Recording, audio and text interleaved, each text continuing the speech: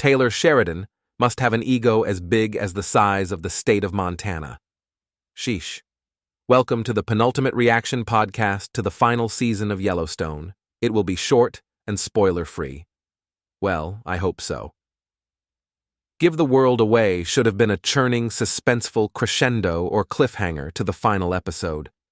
The pieces on the chessboard should have been moving right in front of us.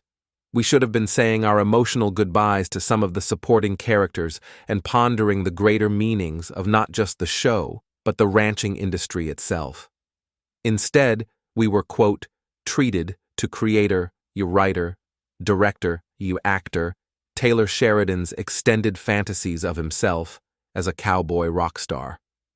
Much the same way that Quentin Tarantino, another former actor, needlessly writes himself into many of his pics, Sheridan can't help himself. Look, I'm all for the politically incorrect. I'm all for a character who makes feminists and other leftists clutch their pearls.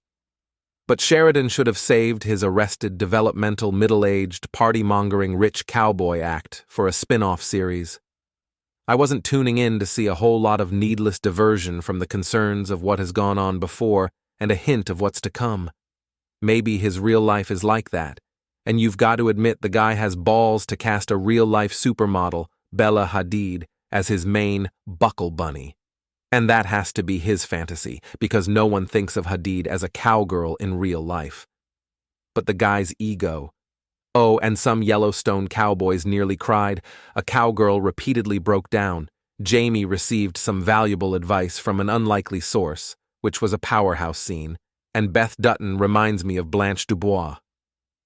On to the next week. You've been listening to a Turntable Tuesdays podcast.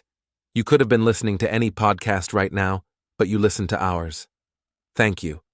Please sub, like, share, watch, and see more of our content. Until we gather again, may the music of your life remain melodious.